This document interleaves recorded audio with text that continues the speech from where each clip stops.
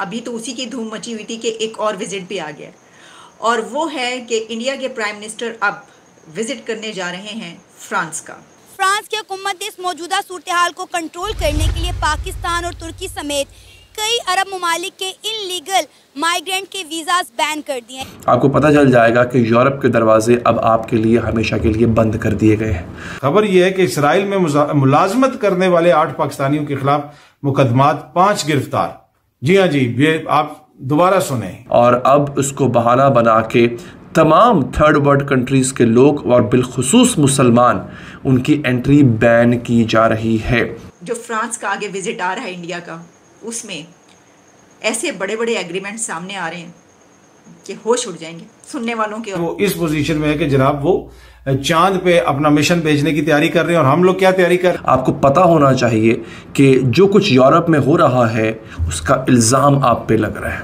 जी हाँ, आप पर ये इल्ज़ाम है कि ये सब कुछ आपका किया धरा है, ये सब कुछ इस्लाम का और मुसलमानों का किया धरा है।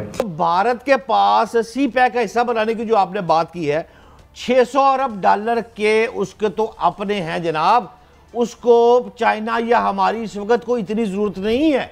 उस पे उनको गेस्ट ऑफ ऑनर के तौर पर रखा गया है। साथ ही साथ फ्रांस की हुकूमत ने यह भी कहा कि जो इंडियन स्टूडेंट इस वक्त फ्रांस में मौजूद हैं, उन पर मौजूदा सूरत हाल का कोई भी असर नहीं पड़ेगा। हेलो फ्रेंड्स, आप सभी लोगों का न्यूज़ 24 में, विजन न्यूज़ 24 में आपका बहुत बहुत स्वागत है।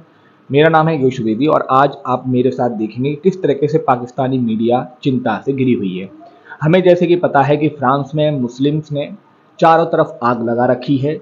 जिन मुस्लिम्स को फ्रांस ने शरण दी थी, उन्हीं मुस्लिम्स ने उसी फ्रांस को पूरी तरीके से जलाने में कोई भी कसर नहीं छोड़ी है और ना छोड़ रहे हैं। और सबसे बड़ी बात, फ्रांस जो पहले ज्ञान देता था भारत को कि भारत जो है मानवाधिकार का उल्लंघन करता है, भारत माइनॉरिटीज़ पर अपने अत्याचार करता है, भारत ने, हम ये सभी जानते, कभी माइनॉरिटीज़ पर अत्याचार नहीं किया, बल्कि भारत की माइनॉरिटीज़ ने भारत के लोगों पर अत्याचार किया। जैसे कि कश्मीर में, इधर तुम्हारा केरला में, इधर तुम्हारा बांग्लादेश में, इधर तुम्हारा दिल्ली में जहाँ केजरीवाल अभी जिसका प्रधानमंत्री है। तो इस तरीके से अब फ्रांस को भी समझ में आने लगा है कि उसने जो निर्णय लिया था वो पूरी तरह से मुस्लिम के पक्ष में जो लिया था वो पूरी तरह से गलत था। आज वो अपनी ही करनी पर रो रहा है। और ऐसा नहीं है कि हम भारतीय जल्दी ही रोने वाले हैं, क्योंकि हमारे देश में भी कई ऐसे लोग हैं अभी भी उनके मोह में, प्यार में डूबे हुए हैं मुस्लिम्स के, जिसका परिणाम भारतीयों को जल्दी ही भुगतना पड़ेगा।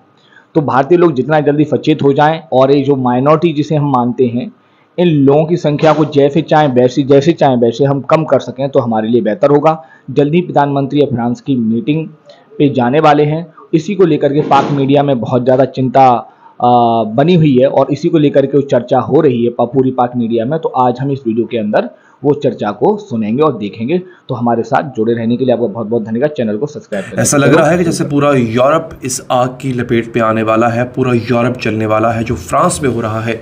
अगर आप उससे नाबल्द हैं, अगर आप उससे नावाकिफ़ हैं, तो जान लीजिए कि ये बहुत बड़ी कमज़ोरी है जिसका अक्सर फ़ायदा और दुश्मन उठाता है। आपको पता होना चाहिए कि जो कुछ यूरोप में हो रहा है उसका इल्ज़ाम आप पे लग रहा है। जी हाँ, आप पर ये इल्ज़ाम है कि ये सब कुछ आपका किया धरा है, ये सब कुछ इस्लाम का और मुसलमानों का किया धरा है। हमें इल्म भी नहीं है और हम यहाँ पे मौजूद हैं और यहाँ पे बैठ के हम मुख्तलिफ़ ख्वाब सजा के बैठे हैं कि कल को अपना बेटा या बेटी को यूरोप भेज देंगे या ख़ुद यूरोप चले जाएंगे, मगरबी ज़िंदगी को एंजॉय करेंगे। लेकिन आप शायद इस बात से इल्म है कि अगले चंद मिनट में जो मैं आपको बताने जा रहा हूँ नाज़रीन, आपको पता चल जाएगा कि यूरोप के दरवाजे अब आपके लिए हमेशा के लिए बंद कर दिए गए हैं।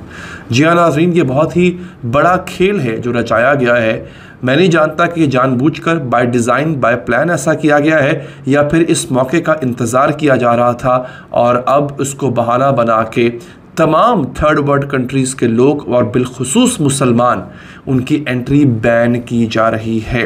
और किस तरह से पूरे यूरोप में ये आग फैलती जा रही है, लेकिन इसका खमियाजा बिल आखिर आपको भुगतना पड़ेगा। और ख़ास तौर पे जो पाकिस्तानी, जो मुसलमान इस वक्त गैर ममालिक में रह रहे हैं, यूरोपीय ममालिक में रह रहे हैं, मेरे ख़्याल में अब जो हालात और वाक़यात मैं देख रहा हूँ, जो मैं आपको दिखाने जा रहा हूँ थोड़ी देर में, मेरे सामने इस वक्त लैपटॉप में फैक्ट्स एंड फिगर्स हैं, उसके मुताबिक शायद उनका बोरिया बिस्तर भी गोल होने लगा है। ये मैं पाकिस्तान में बैठ के बात कर रहा हूँ, पाकिस्तानियों के लिए बात कर रहा हूँ, तो मैं बिलखसूस बात करूँगा ओवरसीज़ पाकिस्तानीज़ की, क्योंकि बदनाम सबसे ज़्यादा हम ही है नाज़रीन। अच्छा, अब मैं आपको बताता हूँ कि एग्जैक्टली हो क्या। एक सहाफ़ी है वहाँ का, एक बहुत ही यूँ कह लें कि वोकल, पॉल गोल्डिंग उसका नाम है।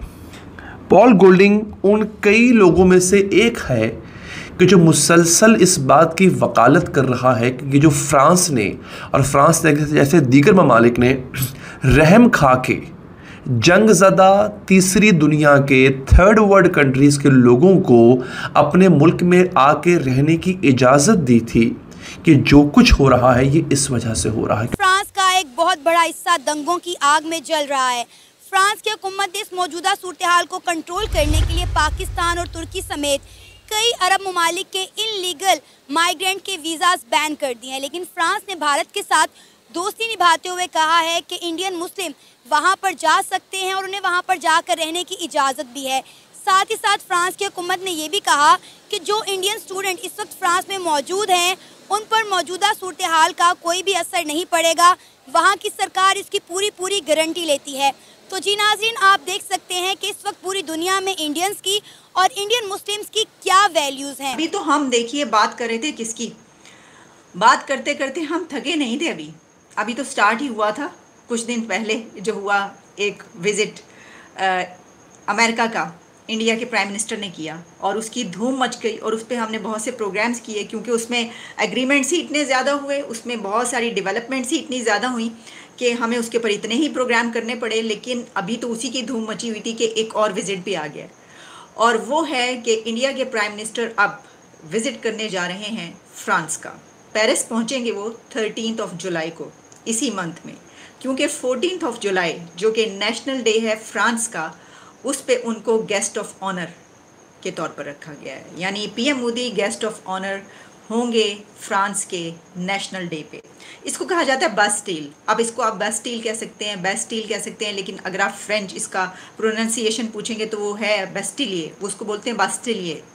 तो ये क्या है, इस दिन की अहमियत क्या है? तो देखें, अगर आप ये कहें कि ये जो दिन है ये start of the French revolution था तो गलत नहीं होगा। और इसको ये कहा जाता है कि एक रिप्रेजेंट करता है equality, liberty and modern democratic जो फॉर्म ऑफ गवर्नमेंट है उसको, क्योंकि जो इससे पहले बादशाह थी वो ख़त्म होने का भी इसको ये दिन कहा जाता है, और फिर उसके बाद एक नया शुरू हुआ रेवोल्यूशन, जो फ्रेंच रेवोल्यूशन की बात की जाती है।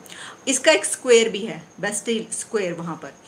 तो वहाँ पर गेस्ट ऑफ ऑनर होना वैसे तो किसी भी प्राइम मिनिस्टर के उसमें ये आ सकता है, होते होंगे इसी तरीके से, लेकिन देखिए हमने इससे पहले देखा कि इंडिया के पीएम जब अमेरिका गए हैं तो वहाँ पर उनको किस तरीके से बहुत ही ज़्यादा इज्जत मिली और बहुत ज़बरदस्त उनका वार्म वेलकम किया गया। और फिर उसके बाद जो जो कुछ होता रहा हम आपको बताते रहे। जितने दिन वो वहाँ पर रहे हैं, हर न्यू डे पर एक नई हमें खबर सामने मिलती थी कि ना सिर्फ ये कि उनके साथ किसकी मुलाकातें हो रही हैं, पूरा अमेरिका टूट पड़ा था उनसे वहाँ पर मिलने के लिए, और बिज़नेस कम्युनिटी ख़ास तौर पर। लेकिन इसी के साथ हमने एग्रीमेंट्स जो होते देखे। तो जो मैं आपको अभी डिटेल्स बता रही हूँ, जो फ्रांस का आगे विज़िट आ रहा है इंडिया का, उसमें ऐसे बड़े बड़े एग्रीमेंट सामने आ रहे हैं कि होश उड़ जाएंगे सुनने वालों के। और यानी कि होश, वैसे ज़ाहिर है कि अगर मैं अभी देख रही थी कि हमारे मुल्क में क्या चल रहा है, तो फिर ऐसे हालात में तो होश ही उड़ने चाहिए कि देखिए हमारा हमसाया जो है वो क्या कर रहा है और हम क्या कर रहे हैं।